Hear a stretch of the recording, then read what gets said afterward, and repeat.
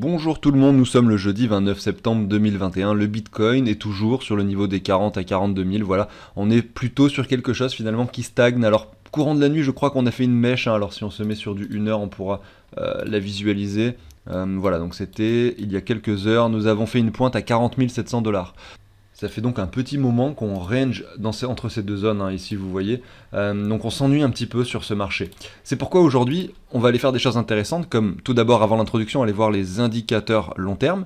Est-ce que sur les cycles du Bitcoin, la temporalité, regarder un petit peu ce qu'il s'est passé ces 10 dernières années, est-ce qu'on peut estimer que nous sommes plutôt dans un milieu de bull run, dans une fin de bull run? C'est donc les questions auxquelles on va essayer de répondre. Et ensuite, on va enchaîner en deuxième partie d'émission sur les cryptos que je pense nécessaire d'avoir pour diversifier son portefeuille.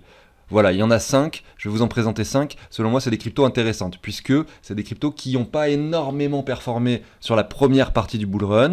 Et si jamais il devait y avoir une seconde partie, peut-être que ces dernières le feront, peut-être que ces dernières performeront enfin. Tout simplement. On va faire le comparatif avec celles qui ont marché ici, pour voir, vous allez voir un petit peu la différence avec celles qui pourraient monter à cet endroit-là, tout simplement. Et on terminera l'émission avec la partie trading que j'ai introduit hier sur la chaîne. En fait, j'ai fait carrément un exemple, hein. Je vais sur la plateforme, j'ai mis des USDT sur Binance Future et je fais des exemples de trade avec vous. C'est ce que je vais faire à chaque fois en fin d'émission maintenant. J'ai vraiment fait un détail de toutes les notions à connaître hier dans l'émission, en fin d'émission, donc ça a duré 6-7 minutes. Je vous remets cette émission ici, hein, dans la fiche où vous allez pouvoir cliquer dessus et vous allez voir, vous avez le timer en bas sur la barre de lecture et vous pouvez cliquer sur la dernière partie en fait, qui est simplement la partie trading où j'explique un petit peu tout ça. Je trouve ça dommage parce que hier j'ai pas trop travaillé ma miniature et mon titre, etc. Et donc il n'y a pas eu énormément de vues sur l'émission, alors que selon moi, hein, enfin après c'est selon moi bien sûr, mais c'est moi qui fais les émissions, j'ai l'impression d'avoir fait quelque chose de vraiment intéressant, notamment au niveau du trade. On me l'a d'ailleurs fait remarquer dans les commentaires et je suis très content que ça vous ait plu, hein. Ça m'a conforté dans mon idée justement de continuer dans cette perspective de faire des trades. Mais voilà, du coup il y a peut-être beaucoup d'entre vous qui ne l'ont pas vu, donc n'hésitez pas à y jeter un œil, notamment la dernière partie, regardez, il y a à partir de 20 minutes 10, tout simplement je trade avec vous et je vous fais tout l'exemple de comment ça marche, quel tableau j'utilise, quel tableau j'ai créé pour pouvoir mettre mes ordres, comment marchent les leviers, comment effectivement vous pouvez mettre des stop loss, des take profit, etc. Donc ceux qui ne connaissent rien au trading et qui effectivement sont intéressés par cela, je vous invite à y jeter un œil bien sûr. Alors le Bitcoin, je vais avoir l'impression de me répéter en fait, hein, puisque vu que le marché n'a pas fait grand chose depuis hier, clairement, en fait il n'y a pas forcément grand chose à dire, sauf si on va voir les time frames très très courts. Bon, on va quand même faire un résumé, hein, pour ceux qui n'auraient pas vu les émissions rapides précédentes, mais je vais faire ça de manière très très rapide en fait. Nous sommes aujourd'hui sur un support, voilà, vous voyez, qui est venu chercher les cours 3 fois. Donc là, deux possibilités, soit on vient s'appuyer sur ce support pour aller chercher un nouveau plus haut, soit on le casse par le bas. Moi je préfère penser qu'on pourrait éventuellement le casser par le bas pour la simple et bonne raison que là on n'a pas de W propre, on fait un plus bas, on monte et je m'attends effectivement à ce qu'on construise quelque chose structurellement parlant un peu plus intéressant. Ce que l'on voit sur le Crypto Fear and Greed, ce que l'on voit sur l'order flow, enfin plein d'autres éléments me font penser que ce scénario a plus de probabilité de se produire. Ça reste mon avis personnel, mais malgré tout voilà, si j'étais un investisseur moi aujourd'hui sur le Bitcoin, clairement entre 38 et 34 000, je pense que je balance pas mal d'argent, hein. Admettons je mettrais peut-être 50, 60, 70% de ce que je veux investir. Après, admettons que vous soyez dans le doute total et que vous pensez que vous avez vraiment peur que le Bitcoin monte directement, ouais, effectivement, acheter 10, 15, 20%, pourquoi pas, hein, ici. Après, en fait, c'est à vous de choisir tout ça, mais il est vrai que là, on est plutôt sur un Bitcoin qui a retracé, qui est passé de 52 ici à 42, donc il a perdu 10 000 $ en quelques jours. Donc on est plutôt sur des bougies rouges, donc ça reste intéressant, on va dire, d'investir. La règle d'or, selon moi, c'est d'investir lorsque le marché retrace. Là, on est plutôt sur quelque chose qui retrace, donc pourquoi pas. Quand je parle d'argent à investir, je parle bien sûr d'une quantité, enfin de l'argent que vous pouvez posséder dans une épargne, dans quelque chose qui ne fait rien pour votre vie de tous les jours. Pas de l'argent que vous utilisez au quotidien, vous voyez, parce que sinon, tout simplement, vous allez réduire votre niveau de vie en investissant dans les crypto-monnaies, et c'est vraiment pas le but, hein. C'est dangereux de faire ça en fait, voilà. Enfin, restez conscient. Voilà pour le Bitcoin. Donc on va aller voir un petit peu du coup les indicateurs long terme. Pourquoi est-ce que je pense que cette deuxième vague haussière pourrait se produire? En gros, c'est la question à laquelle je vais répondre. Pourquoi est-ce que cette deuxième vague haussière ici pourrait se produire? On a les 100 000, le niveau psychologique à cet endroit-là. Est-ce qu'on va les toucher? J'en sais rien, mais j'imagine qu'effectivement, la deuxième vague pourrait avoir lieu pour la simple et bonne raison que, regardez ici sur l'indicateur long terme, on va commencer par le stock to flow. On a plusieurs éléments super intéressants hein, sur le stock to flow. On va essayer de les détailler rapidement également. Vous avez ici le prix du Bitcoin donc, qui est affiché avec plusieurs couleurs différentes par des points en fait. C'est des points en fait ça. Et vous voyez qu'à chaque fois que le Bitcoin a touché un sommet, donc là c'était en 2013, il avait touché les 1200, 1400 dollars, je sais plus. En 2017, les 19 000, quasiment les 20 000, mais en fait, il les avait pas touchés, les 20 000. Et puis derrière, regardez, vous avez donc d'autres couleurs. Les couleurs, c'est quoi? C'est les jours qu'il reste avant le halving. Donc vous voyez, dans le vert, généralement, ce sont les sommets. C'est voilà, entre les, on va dire, alors les 700 approximativement et les 1100 jours, et ben, c'est à peu près dans cette période qu'on touche le sommet sur le Bitcoin, en tout cas dans la temporalité. Mais on a vu ensemble dans les émissions précédentes que les temporalités s'étendent de plus en plus. C'est-à-dire que là, regardez, on était plutôt dans le vert clair, et voilà, la fin du vert se situait quand même longtemps après. Alors que là, c'est l'inverse. Vous voyez, le vert avait commencé ici, là on avait touché le sommet, et la fin du vert, donc c'est les jours qui restent avant le halving, hein, et bien c'était situé voilà, juste après le sommet. Et là peut-être que, regardez, on commence à arriver dans le vert, et on n'a toujours pas fait de nouveau sommet là. Regardez, ici nous étions en 64 000 dans le rouge. Donc c'est comme si, regardez, par rapport à 2013, le bull run qui s'était fait en 2 étapes, c'est comme si c'était un petit peu la même chose. Vous voyez, on avait fait un sommet ici, on retrace, le vert avait commencé avant qu'on établisse un deuxième sommet. Donc là c'est un peu la même chose, mais j'ai l'impression que là, le marché est vachement plus hésitant. Vous voyez ici on faisait des pointes au préalable, on faisait des pointes haussières comme ça. Là on n'a encore aucune pointe, on est plutôt sur quelque chose d'arrondi. On est peut-être sur un marché aussi, il faut rester conscient de cela, hein. On est sur un marché qui va devenir de moins en moins volatile parce qu'il y a de plus en plus d'argent dedans.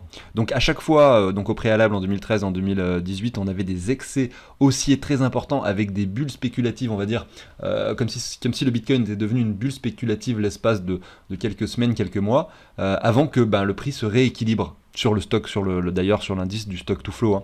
Alors on va juste regarder comment c'est calculé ce stock to flow, hein, de façon très rapide. C'est expliqué ici, en fait c'est un ratio qui va diviser le stock total déjà extrait. Donc en gros pour le Bitcoin c'est à peu près entre 18 et 19 millions. Et ça on le divise par la quantité de Bitcoin qui est produite annuellement. Donc tous les 4 ans, cette quantité produite annuellement diminue, enfin se divise par 2 en fait, puisque vous savez, tous les 4 ans il y a le halving qui donc est intégré au protocole du Bitcoin, qui permet tout simplement de diviser par 2 la récompense que les personnes, donc que les mineurs ont. Les mineurs, c'est quoi? Ce sont les personnes qui valident les transactions du réseau du Bitcoin, tout simplement, et qui sont récompensées pour ça. C'est comme ça que c'est sécurisé finalement, c'est grâce à ça que les transactions sont sécurisées sur le Bitcoin. Bref, donc si vous avez retenu le calcul, vous avez le stock total de Bitcoin divisé par la quantité de Bitcoin produit annuellement. Donc ce qui est en bas de la division, si le chiffre qui est en bas diminue, effectivement, vous avez un stock to flow avec une valeur qui augmente tout simplement sur le calcul, c'est logique. Et donc, effectivement, tous les 4 ans, on divise par 2 les récompenses des mineurs, donc la partie basse de la division, la quantité produite de Bitcoin, donc, eh bien, diminue, et à ce moment-là, forcément, le stock to flow augmente. Voilà, et c'est pour ça qu'on a des paliers. Vous voyez, on a des paliers. Alors pourquoi est-ce qu'on a des pentes comme ceci? Eh bien en fait c'est assez logique, hein. Vous avez compris, la division, donc le calcul qui est fait, on prend là en compte la quantité de Bitcoin produit annuellement. Et donc forcément, lorsque le halving a lieu à un instant T, au mois de mai par exemple, comme c'était le cas en 2020, quand on arrive au mois de juin, au mois de juillet, eh bien on prend quoi en compte comme calcul pour la partie basse de la division? Eh bien on va prendre, du coup, admettons qu'on soit 2 mois après, on va prendre 10 mois à 12 bitcoins de récompense sur les blocs, et 2 mois à 6,25 bitcoins de récompense. Le mois d'après, ça sera 3 mois et 9 mois. Et bref, c'est ça qui crée la pente, hein, sur le graphique finalement. Je vais pas rentrer plus dans les détails, hein, si jamais vous n'avez pas compris, c'est pas très grave en fait en réalité. Mais c'est juste que moi j'aime bien comprendre les graphiques en détail, parce que quand on regarde le stock to flow par exemple de l'or, c'est plutôt une droite, c'est pas quelque chose comme ça avec des paliers.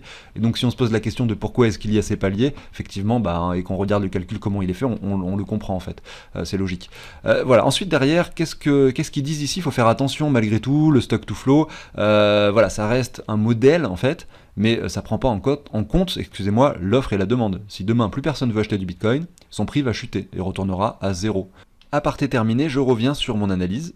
Et vous voyez par exemple ici, ils avaient donc sur le stock to flow estimé que le prix moyen du Bitcoin devait se situer là. Donc après le bull run de 2018, aux alentours des 5000 $. Vous voyez, on a touché les 20 000, hein, donc quand même. Donc on était quand même à 4 fois plus. Là, ils estiment, donc le stock to flow estime que là, sur ce bull run là, le Bitcoin doit se stabiliser aux alentours des 80 à 82 000, tout simplement, pour avoir un prix moyen logique par rapport au modèle stock to flow.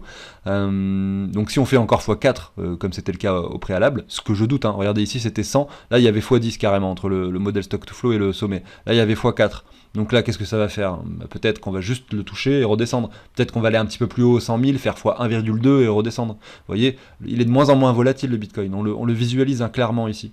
Donc pour moi, ce bull run pourrait amener le Bitcoin aux alentours des 80 à 100 000, mais pas forcément beaucoup plus. Donc peut-être qu'il faudra prendre quand même une grosse partie de ses profits hein, sur les 80 à 100 000. En garder un peu, on sait jamais. Imaginez, il part à 150 000. Dans ce cas-là, autant garder un peu de crypto au cas où. Excusez-moi.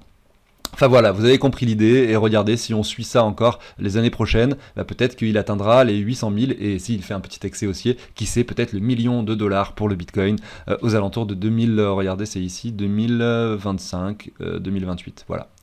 Mais avant ça, attention, hein, regardez, il y a des gros pics baissiers, on pourrait très bien revenir ici sur des pics baissiers, donc là on est aux alentours des 20 000, hein, faire un sommet, redescendre aux alentours des 20 000, c'est possible avant de monter à nouveau. Donc vous voyez, c'est quand même... Bon, c'est quand même intéressant de prendre des profits et de pas simplement faire du holding très très long terme non plus. C'est à vous de voir, voilà. Donc ça, c'était l'indicateur long terme stock to flow. Il y en a plein d'autres. Vous savez quoi, je vais pas les faire aujourd'hui parce que j'ai beaucoup parlé du stock to flow, mais on en fera voilà peut-être un par jour, ou de temps en temps. C'est intéressant.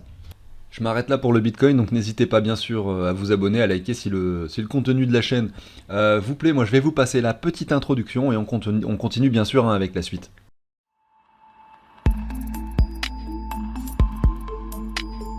Allez, c'est parti, et avant de vous parler des 5 crypto-monnaies qui selon moi sont très intéressantes à avoir pour diversifier son portefeuille, je vous montre rapidement un tableau que je vous partage. Alors ceux qui ne sont pas intéressés, dans la barre de lecture, vous pouvez avancer directement aux analyses. Hein. Donc c'est quoi? C'est un tableau, vous allez pouvoir tout simplement entrer toutes les crypto-monnaies que vous avez une à une, comme ça. Là je vais mettre par exemple Mana, ensuite voilà je vais pouvoir mettre OneInch. En fait toutes les crypto-monnaies sont disponibles. Hein. Et vous allez simplement pouvoir récupérer leur prix en dollars et en euros en temps réel. Vous allez pouvoir actualiser le prix de toutes les cryptos simplement en modifiant la valeur qui est ici, sur la case donc ici F8. Donc il y a un petit programme hein, qui vient récupérer le prix des crypto-monnaies automatiquement. Voilà, regardez, si je modifie la valeur qui est ici, bim, toutes les cryptos se mettent à jour instantanément. Ensuite, vous avez un onglet, vous allez pouvoir dire, voilà, Mana et OneInch sont ajoutés sur les autres onglets, hein, bien sûr, tout est automatisé. Vous allez pouvoir dire du Mana, j'en ai 100, sur cette plateforme j'en ai 50 ici, etc. etc. Du OneInch, j'en ai 3 ici, j'en ai 5 sur la deuxième plateforme. Là, ça va vous faire le total, et sur le tableau de bord, ça va vous dire, voilà, du Mana, vous en avez tant, du OneInch aussi, ça vaut tant en dollars, en euros, le pourcentage que ça représente par rapport à votre portefeuille total, ça va comparer toutes vos cryptos, tout ce que vous avez avec ce que vous avez investi, ça va vous dire vos gains, votre ROI, voilà, toutes ces données seront automatiquement inscrites, donc c'est assez simple à utiliser. Vous avez un dernier onglet qui s'appelle calcul des plus et des moins-values. Vous allez mettre tous vos achats et toutes vos ventes par rapport à l'euro, et derrière ça va vous dire vos plus-values tout simplement. Ça fait le calcul automatiquement. J'explique tout ça plus en détail en fait donc vous allez sous mes émissions, vous cliquez sur le titre si vous êtes sur le téléphone, ou allez sur le petit plus ici, vous allez avoir la description, vous avez une vidéo ici, un lien qui vous amène sur une vidéo où j'explique beaucoup mieux le tableau, et un lien qui vous amène sur le site où vous allez pouvoir effectuer une donation pour obtenir ce tableau. Le tableau est uniquement disponible, enfin c'est utilisable sur Google Drive, donc c'est sur le cloud. Vous allez pouvoir en plus de ça y accéder sur votre téléphone si vous avez l'application Google Sheet. Donc voilà, c'est assez sympa puisque vous n'avez pas besoin de le stocker sur votre ordinateur, c'est vraiment sur le cloud. Voilà, j'en ai fini avec tout ça, je suis là pour vous assister. S'il y a un problème sur la mise en place du tableau, je vous aide jusqu'à ce que tout fonctionne. Il y a un tuto, un onglet tuto où vous avez plein de détails. Si vous effectuez une donation pour l'obtenir, vous allez le recevoir automatiquement par mail de façon instantanée, donc vous allez pouvoir l'utiliser directement. Et on enchaîne avec les 5 crypto-monnaies qui selon moi pourraient réellement performer pendant cette deuxième partie de bull run, si cette deuxième partie de bull run a lieu bien entendu. Alors, de quelle crypto s'agit-il? Tout d'abord, Omisego par rapport au Bitcoin. Bon, pourquoi? Regardez, on a un graphique qui parle de lui-même, qui indique simplement que cette crypto a énormément chuté ces derniers temps.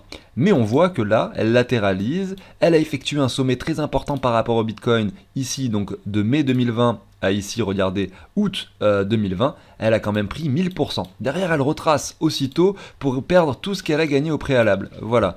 Alors Omisego, c'est un vrai projet, il y a une vraie team derrière, et c'est pas prêt de s'arrêter je pense, donc on peut faire confiance en tout cas ou du moins avoir confiance en ce projet. À vous de vous renseigner plus en détail sur le site, sur le Telegram, sur tout ce que vous voulez, pour avoir plus d'informations là-dessus.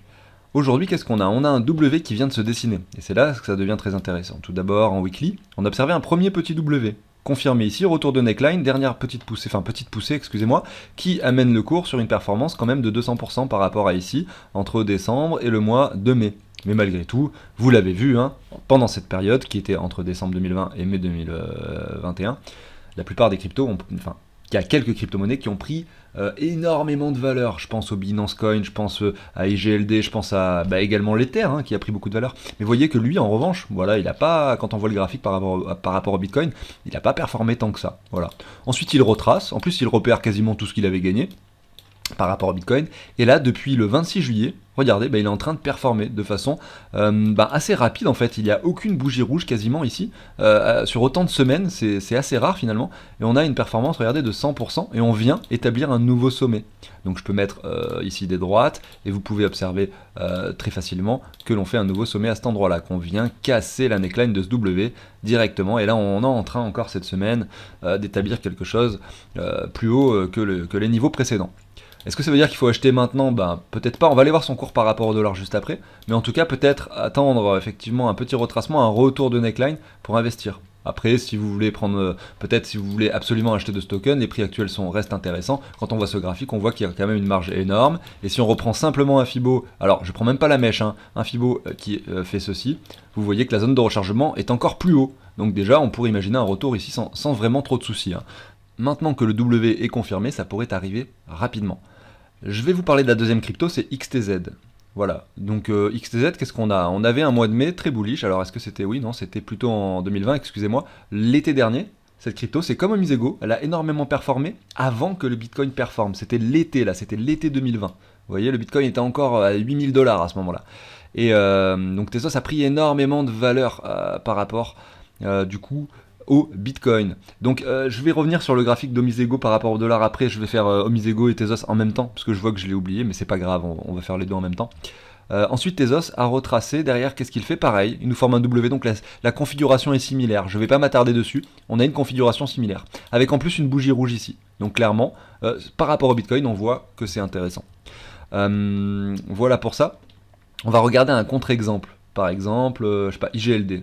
Vous voyez, donc là, par rapport au Bitcoin, cette crypto, elle n'a pas vraiment encore performé. On est encore très bas. C'est pas quelque chose, voilà, qui, là, en 2021, voilà, a été extrêmement bullish. Donc ça pourrait arriver par la suite. On essaye de chasser les opportunités, là où effectivement, il n'y a pas encore de performance réelle constatée. Parce qu'une fois que ça a performé, c'est trop tard. C'est trop tard. Par exemple, je vous cherche IGLD Bitcoin. Voilà, regardez, là, on était en 2020. Là, nous étions février 2021. Et là, mai 2021. Voilà. Donc là, est-ce que c'est une crypto qui vous donne envie d'en acheter? Peut-être que oui, peut-être qu'on peut encore, son prix par rapport au dollar, je crois qu'il est à 200, on peut imaginer un IGLD qui passe à 500 $, voilà, ça vous fera un x2,5, mais un x50 ou un x100, ça semble être délicat. Alors je dis pas que c'est impossible, regardez la capitalisation est de 4 milliards, donc x100 ça nous ferait du 417 milliards. Bon, pourquoi pas? 417 milliards, elle serait combien au classement? Peut-être deuxième, alors attendez, on va regarder, je sais pas si c'est inscrit ici les capitalisations. Voilà, elle serait deuxième aujourd'hui si elle était 10 fois plus importante, si son prix était 10 fois plus élevé. Donc ça reste possible, mais voilà, ce que je veux dire c'est que vous avez plus de chances d'avoir des performances intéressantes sur des petites cryptos qui ont des capitalisations faibles et qui n'ont pas déjà performé sur cette première partie de bull run, plutôt que d'aller voir des IGLD qui ont déjà énormément performé, et en plus de ça il y a forcément des gens qui vont prendre des profits, et à un moment donné quand les personnes qui ont acheté du IGLD très très bas prendront leurs profits, peut-être à 500 $, peut-être à 1000 $, et bien bim, le cours risque de chuter tout de même. Voilà, c'était pour la petite comparaison. On va du coup retourner sur OMG USD. Je sais pas comment je vais faire dans les chapitres avec ces zigzags que je suis en train de faire entre IGLD, Omisego et Tezos, mais c'est pas grave, on verra bien, je vais essayer de me débrouiller. Là, qu'est-ce qu'on a? Donc on a Omisego, regardez, qui est tout de même à 9,50 $. Donc on voit qu'on a cassé, on a fait le W par rapport au Bitcoin. Donc maintenant, on peut essayer de chercher des achats, vu qu'on a confirmé ce W sur le graphique par rapport au Bitcoin. Sur quel niveau on pourrait l'acheter? Eh bien, tout d'abord, vous avez cette trendline qui est dessinée à l'écran, qui est assez propre. On voit qu'on a fait un excès baissier à cet endroit-là, mais malgré tout, cette trendline reste pertinente. Moi, je ne serais pas étonné finalement de voir son prix qui retourne dessus. Donc vous pouvez vous mettre des paliers à plusieurs niveaux. Vous avez le Fibo ici, vous avez tout d'abord les 38,2. Écoutez, ça avait été cassé là. Ensuite, on est allé dans la zone de rechargement. On a formé le W ici. On grimpe à nouveau. On peut essayer d'ailleurs, parce que là, en fait, je vois que ce Fibo là, c'est pas le bon. On va essayer d'en mettre un deuxième. Voilà les niveaux intéressants. C'est les 61,8 aux alentours des 6$. Et ça pourrait coller avec la trendline en plus. Voilà, ça pourrait être intéressant. Si vous pensez qu'effectivement, si vous voulez absolument en avoir, peut-être que les prix actuels peuvent être achetés. Il faut rester conscient que là, on peut sans problème revenir chercher cette ligne par la suite. Donc c'est peut-être mieux de se mettre des alertes et des ordres, quitte à ne pas en avoir. Mais voilà, cette crypto-monnaie, selon moi, pourrait être intéressante pour diversifier le portefeuille. On va aller voir du coup XTZ par rapport au dollar. On a une configuration à peu près similaire sur Tezos. Les trois qu'on va aller voir après sont pas forcément similaires sur les configurations graphiques, je crois, on va y jeter un œil. Mais vous voyez, cette crypto, c'est pareil, elle pourrait revenir sur ce niveau-là, aux alentours des 2,70$. Est-ce que ça va arriver? Je n'en ai aucune idée. Mais vous pouvez également vous mettre un palier, c'est ça qui est intéressant sur ce graphique-là.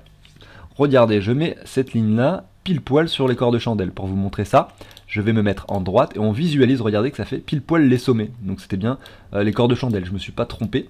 Regardez, on est pile poil dessus aujourd'hui. Donc peut-être que le niveau actuel à 5,77$ est pertinent, pour un premier achat. Malgré tout, restez prudent. Vous avez, alors je vais essayer de la replacer correctement, maintenant que j'ai enlevé les bougies, vous avez cette ligne également qui peut faire office de support. Voilà. Et vous avez entre les deux, entre du coup cette ligne-là et le niveau actuel, également des paliers que vous pourriez vous positionner à cet endroit-là, entre les 61,8 et les 78,6, entre les 4,19$ et les 3,41$. Voilà pour Tezos. Je continue avec Civic CVC, ça c'est une crypto également que j'apprécie, enfin un projet que j'apprécie énormément, on verra ce qui se passe.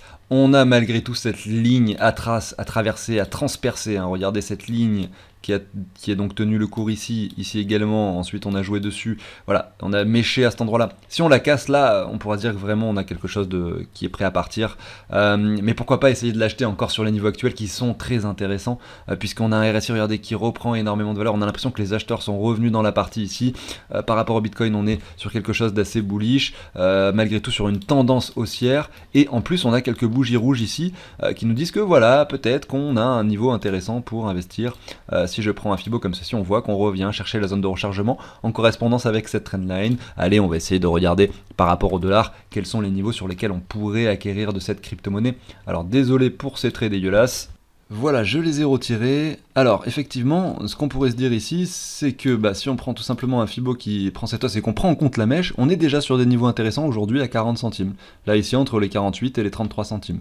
Malgré tout, vu que ça a l'air d'être une grosse mèche d'excès, si on se met sur le corps de chandelle, on voit qu'on est un peu plus bas. Donc voilà, en zone étendue, on peut dire qu'actuellement, jusqu'au niveau un petit peu plus bas, donc entre les 40 et les 20 centimes, donc je sais que ça fait quand même un pourcentage de quand même 50% de baisse pour le calcul, mais vous pourriez vous mettre plusieurs paliers, effectivement, ça peut être intéressant. Je continue avec VeChain. Alors cette crypto-là, c'est un peu différent parce que effectivement, elle a déjà pris beaucoup de valeur pendant cette première partie de bull run, contrairement aux trois autres que je vous ai présentés. Elle a quand même pris 700% par rapport au Bitcoin, donc c'est pas rien.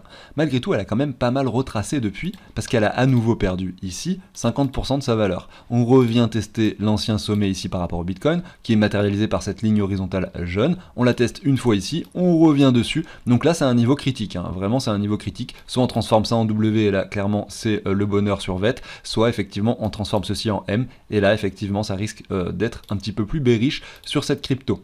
Voilà, ceci dit, c'est un projet très solide en lequel je crois, et donc selon moi, on est sur des bougies rouges, on est sur un joli retracement, donc un investissement actuellement sur le VET reste pertinent. On va le regarder par rapport au dollar. Qu'est-ce qu'on a ?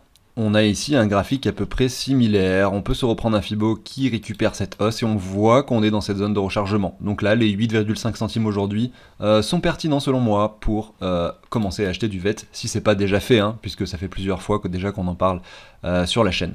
Et comme dernière crypto que je mettrai dans mon portefeuille, en fait, que j'ai déjà, ce sont des cryptos dont je vous parle, que j'ai déjà pour la plupart, sauf le CVC d'ailleurs, ça me fait penser qu'il faudrait que je recharge un petit peu. Là, regardez le rose, voilà, le rose, clairement, on est sur un W, la crypto est assez récente, derrière on fait un sommet, on revient sur la neckline. Voilà, c'est un projet en lequel je crois énormément, et donc le fait qu'on soit aujourd'hui sur la neckline, ici aux alentours des 360 Satoshi, pour moi, ça veut dire que voilà, on est sur un bon point d'achat, et c'est pas quand on sera sur des bougies vertes à des niveaux bien plus important que je vous dirais que là c'est le moment d'acheter. Au contraire, on essaiera à ce moment-là d'identifier les niveaux de revente.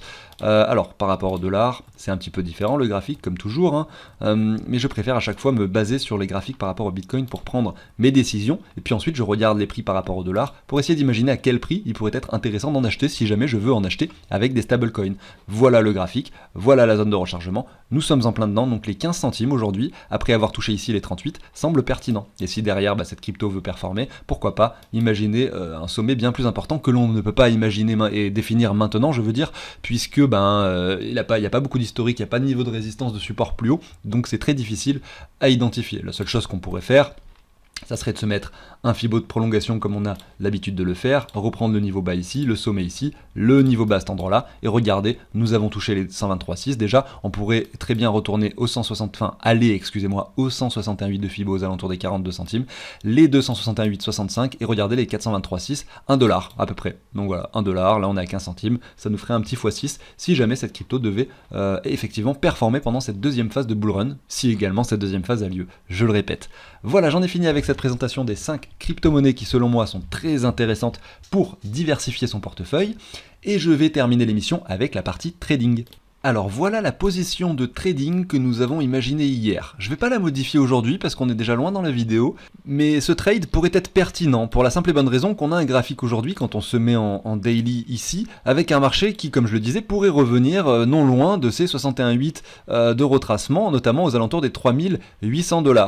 On a donc positionné ce trade ensemble. Si le marché descend ici à 38 526 $, donc vous voyez il y a quand même 500 $ de différence. Pourquoi ? Parce que je me suis mis une marge entre finalement le Fibo et puis l'entrée en position de 1,3% approximativement pour que le trade ait plus de chances de se lancer. Ça arrive des fois que l'on vienne pas chercher pile poil les niveaux de Fibo et qu'on s'arrête un petit peu avant. Voilà. Donc c'est justement pour que ça se déclenche, au cas où ça se produirait de cette façon.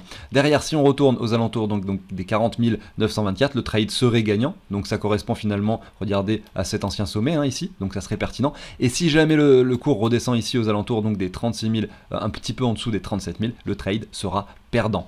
Donc comment ça se passe? Moi j'ai initié avec mon propre argent, j'ai mis 1000 $ sur Binance Future, là j'ai lancé mon trade, regardez l'achat, le stop loss, le take profit, regardez tout est inscrit ici, je vais pas redétailler tout ça, si vous voulez en savoir plus allez voir l'émission d'hier, et puis derrière je me suis servi d'un tableau, voilà les 1000 $ de capital de départ, j'accepte de perdre pas plus que 40 $ sur chaque trade.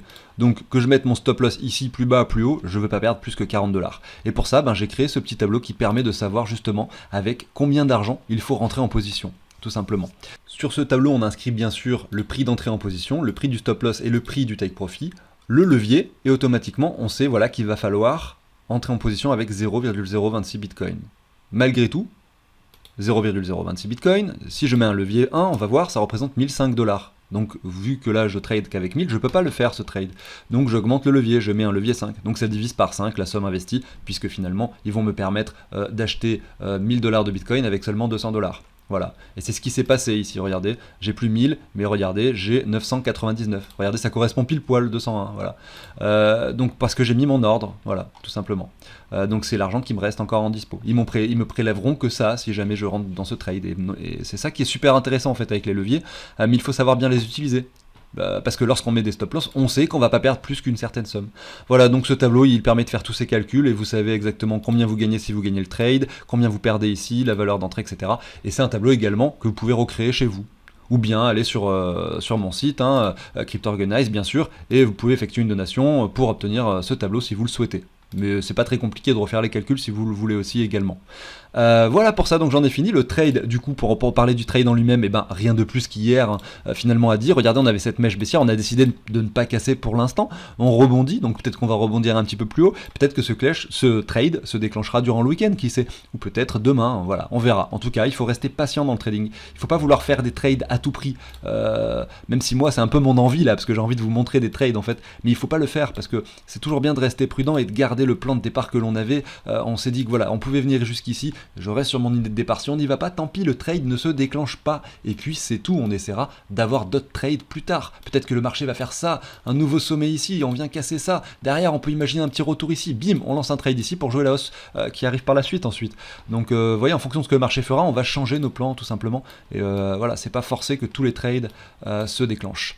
Bref, j'en ai fini avec l'émission du jour. N'hésitez pas bien sûr à vous abonner, à liker si le contenu vous plaît. Je vous souhaite à tous une excellente journée et je vous dis à très bientôt sur la chaîne. En fait, demain, on se retrouve demain sur la chaîne. Salut tout le monde.